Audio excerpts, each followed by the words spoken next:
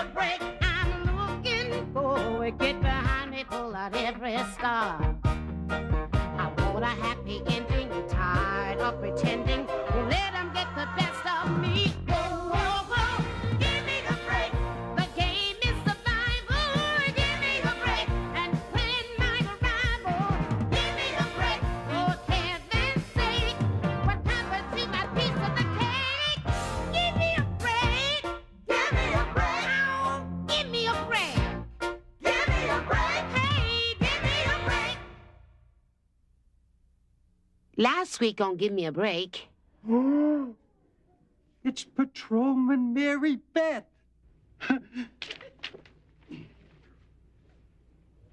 I can't believe it. It is Mary Beth. Oh, come now. One of your own police women poses naked in a magazine, and you don't know anything about it?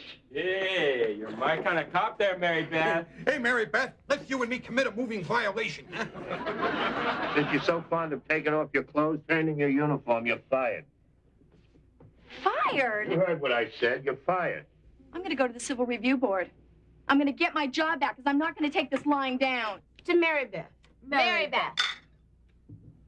All right, I want to know who put this in my bed. Turncoat. Traitor.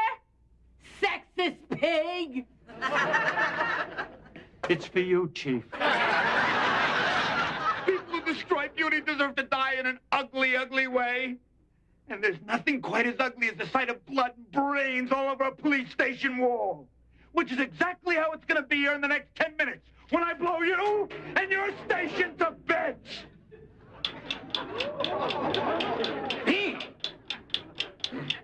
I left my pencil back in the newsroom. I'll be right back.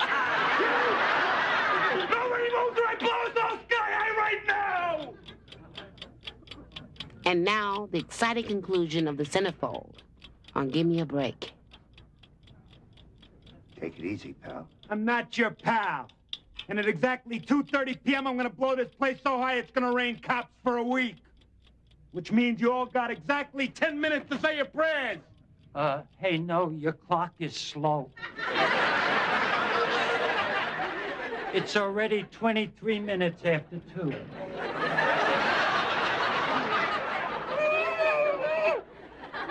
Simpson, do you know what you just did? Yeah, sure, Chief. I set my watch every morning. There's a lady, I call it the phone company. I think she's got the hots for me. Shut up, Simpson, or I'll reach out and touch someone. Freeze, sucker! Okay, take it easy, huh? Look, why don't we talk this thing over quietly, like two old friends having a little chat? What's your name, son? None of your business, you scum-sucking pig. Hey! 6 minutes. Chief, listen, I got an idea. Why don't I talk to him, huh? Maybe you'll put him to sleep.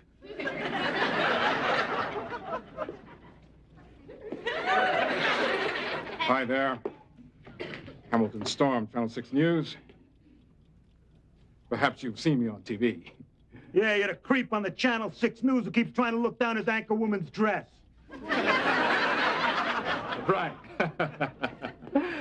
Listen, fella, a thought occurred to me, and I thought I'd like to share it with you. Well, keep talking, no talent.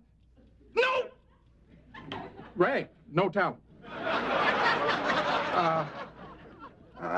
Listen, I thought we could make a deal. Sit down. What kind of deal? Why don't we do an interview on TV together? So like Mike Wallace on 60 Minutes. You'll answer questions while I look like I've got acid indigestion.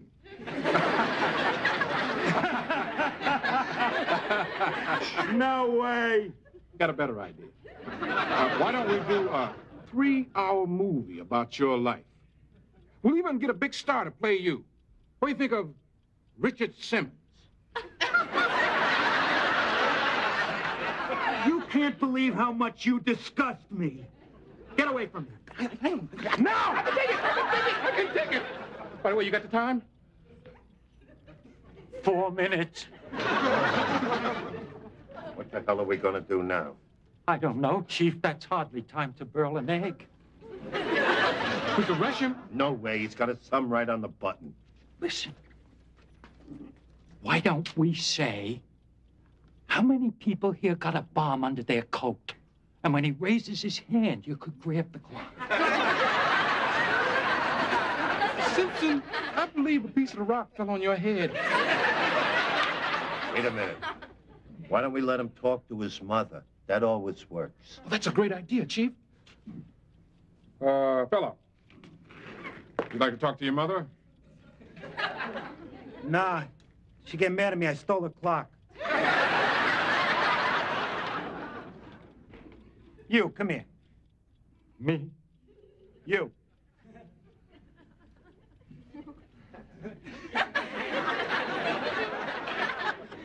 Where have I seen your face before? Same place you see it now? No, dummy. I mean, you look familiar. Oh. You look a little familiar, too. Weren't you the plum in the Fruit of the Loom ad?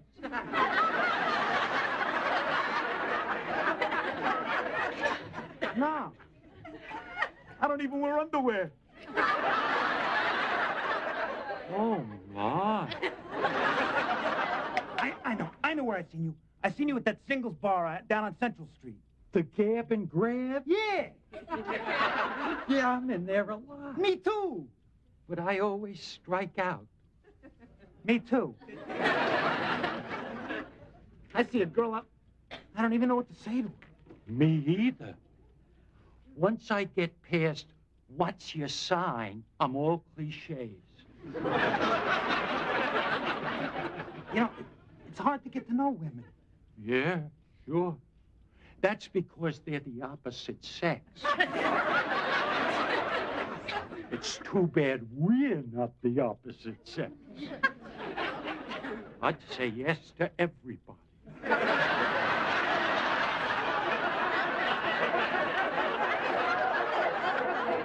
Like, there's this one girl I am crazy about. But I know she could never go for me. But every once in a while, you know, when I'm sure nobody's looking, I leave a rose in her patrol car. What do you think I'm doing this for? I figure that if maybe women will pay attention to me if I protest the firing of Mary Beth. Well, oh, yeah. It's too bad you'll be dead. Some girls like that.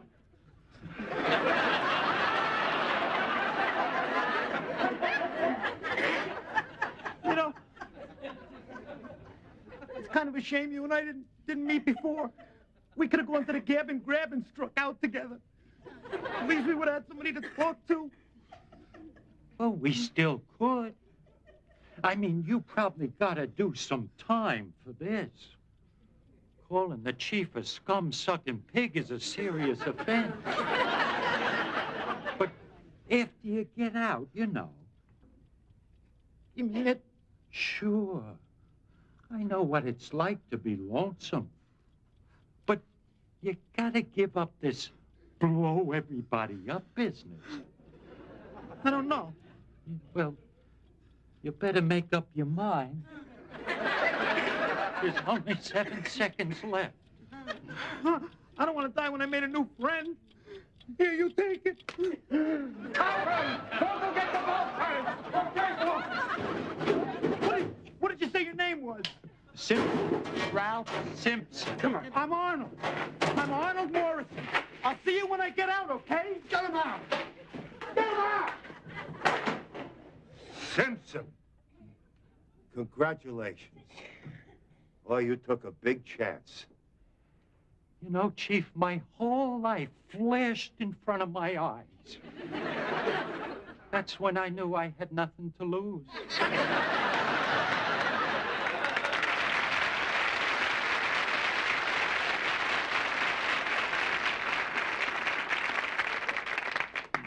I'm going to recommend you for a citation. Oh, gosh, Chief, That's very generous for a person who has no feelings. Chief, could I talk to you for a minute? Why, of course, Ralph. It's a pleasure to talk to a hero. Yeah, I got these cigars for Christmas, and I only smoke them on special occasions. Have one. Have two. Oh, thanks, Chief, but I don't smoke. What are you taking one for? For my mother. Well, why not, huh? She raised a fine, brave son. Thanks, Chief, but when you hear what I'm going to say, you're going to want to cut my heart out. Oh, come on, Simpson. You saved our lives. Chief, remember our Christmas party? The one where Vogel was Father Time and Mary Beth was the baby New Year? Yeah? Well, see, the thing of it is, Mary Beth looked so scrumptious in that diaper. I took a picture and sent it into Joy Girl magazine.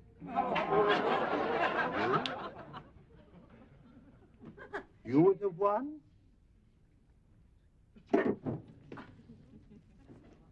Your mother can get her own cigar. How could you be so stupid? It's the only thing I'm good at.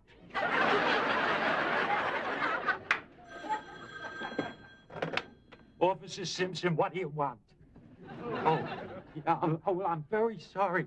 I didn't know it was you, your mayorship. Yeah, Chief, it's the mayor. Yes, Your Honor. Well, I'm pretty busy. Yes, I'll be right over.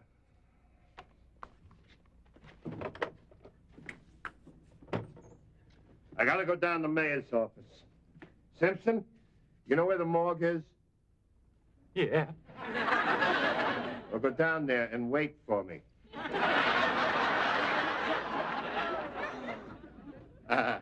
All right, thanks. You wanted to see me, Your Honor? Yes, Carl, come in, dear boy. Sit down, relax. Thank you. You must be all shook up after that bomb scare this afternoon. Oh, I'm fine, Your Honor. Well, I'm not. I guess I must be too emotional, but I keep thinking of the station in rubble and policemen blown to bits and mangled meter maids. Our budget would have been shot to hell. Now, your concern is very touching, Your Honor.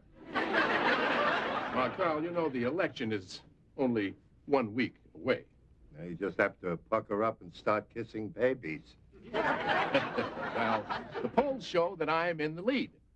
And I don't want to be shot down at the last minute by some dim bulb making a lame brain mistake. Now, what's that got to do with me, Your Honor? You're the dim bulb. Tomorrow at 4 o'clock, that floozy you fired is going to appear before the Civil Service Review Board. And if that bimbo gets her job back, you're going to look like a damn fool. I can't do anything about that, Your Honor. Oh, yes, you can. I've scheduled a press conference for tomorrow at 10 o'clock. You're going to tell everybody it was all just a little misunderstanding and give that chippy her job back. I can't do that, Your Honor. What she did was wrong. You want to deal with right and wrong. Become a priest. My religion is getting elected. And if I lose this election, I'm going to lose my limousine, my chauffeur, and my big fancy office. And if that happens, I'm going to lose you. So be it. I'm a good cop. I can get another job. As what, a bag lady? Carl, will you wake up and smell the coffee? This election is like the Super Bowl to me, Carl, and I'm that far away from scoring the winning touchdown. You should be out there blocking your butt off for me, and you're on the sidelines firing a cheerleader? I had to fire her. She was waving her pom-poms in front of the whole stadium. Carl, I think you've been playing too long without a helmet. Now, you hear this. You hire that girl back. Well, you're not going to be in the game. You're going to be outside the stadium hitchhiking to the unemployment office.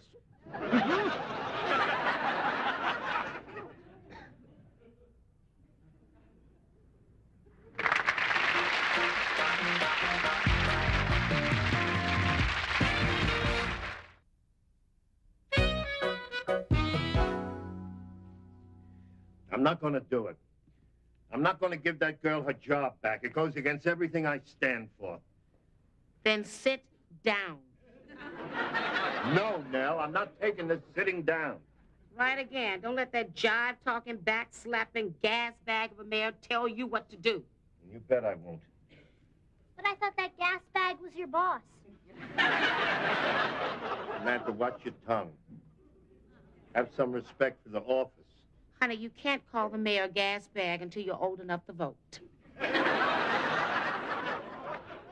But, Dad, he is your superior. I mean, don't you have to do what he says? No. When your heart tells you you're right, you don't listen to your superiors. Can I quote that back to you someday? It doesn't apply to fathers and daughters. Chief, did it ever occur to you that there might be two sides to the centerfold thing? Two sides? You mean they photographed her rear end, too? I mean, two sides to the issue. You know, there are a lot of people out there that don't think Mary Beth did anything wrong. I'm one of them. Samantha, just for a minute. Stop thinking about Mary Beth's rear end and think about mine.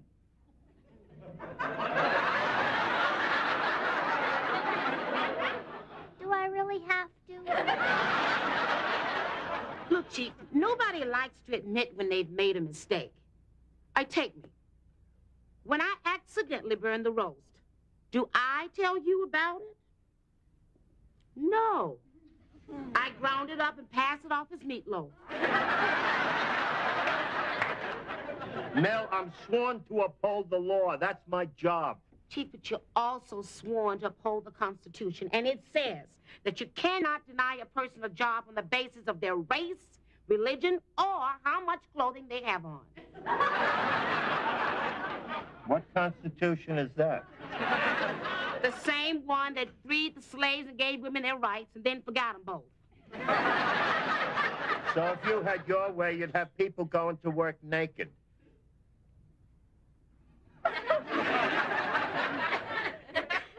Sure would liven up the coffee break. Yeah, and everyone would know everyone else's business. You keep out of this. I did what I had to do. What if you were wrong? Look, somebody had to make a decision, and I had the courage to do it. Even Mother Nature makes mistakes. That's why the elephant has to eat with his nose.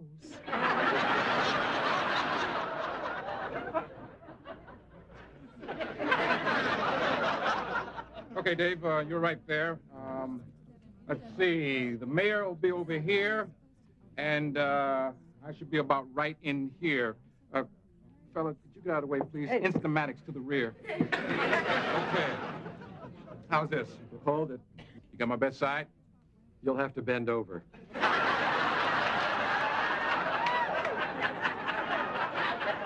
On the air. Hi there. Hamilton Storm. Good morning, everybody. We're coming to you live from the mayor's office, where we're awaiting a statement from Chief Carl Koniski concerning the future of Mary Beth Sinclair, also known as Page 32. I think I hear the chief coming now. Hold it. Chief, could you please say a few words? Not now. Later. Well, there you have it, ladies and gentlemen. A few words from the chief. Excuse me, can I have a word with you over here? Now, some of the boys on my staff prepared this statement for you, and we think it'll please everybody, and it touches all the bases. I don't like anyone touching my bases, Your Honor. I'm standing here now with someone who can give us a different slant on this story. This is Nell Hopper, one of the chief's closest friends. Nell, how has the chief been holding up under all this pressure? Are we on TV? Yes, we are. We're on. We are on now. All those people looking in now. Yes, they are. You don't have to be embarrassed. Oh, I'm not. You should be. The diamond in your tooth just fell out.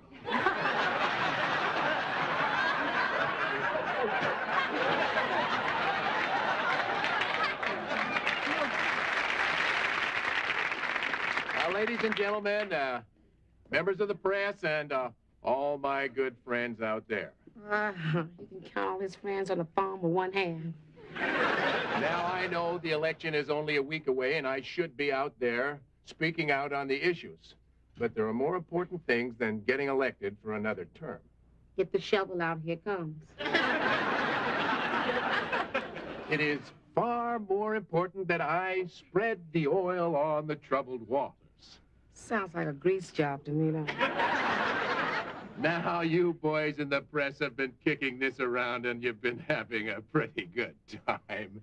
But now it's time to get the true story from the horse's mouth. That's a change. Usually get it from the other end. Our loyal chief of police, Carl Kaczynski. Knitsky. Of course.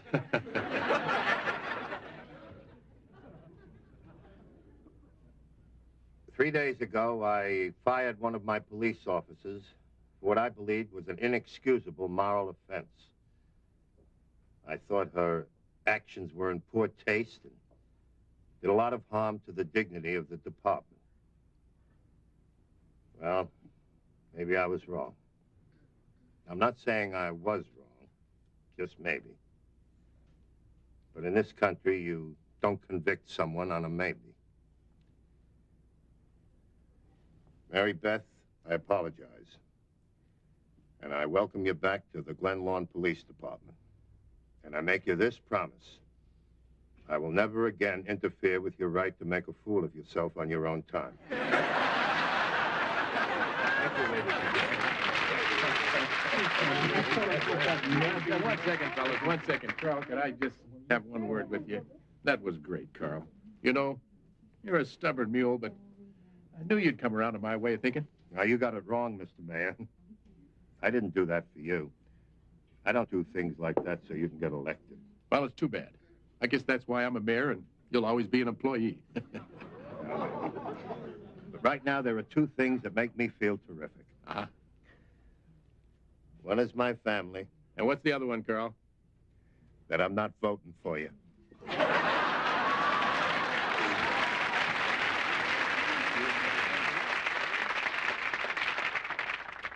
Congratulations, Mary Beth. I'm glad you got your job back. Thank you, Ralph. You know, I've secretly admired you from afar, even from near. Ralph, was that you who was putting roses in my patrol car? I hope you didn't sit on me. I should have guessed it was you. Listen, have you ever been to a bar called the Gab and Grab? Are you kidding? That dive where all the creeps hang out? Oh, yeah. Well, do you know someplace where we could go? Ralph, are you asking me for a date? Not if you're going to say no. Pick me up at 7 o'clock. Yeah.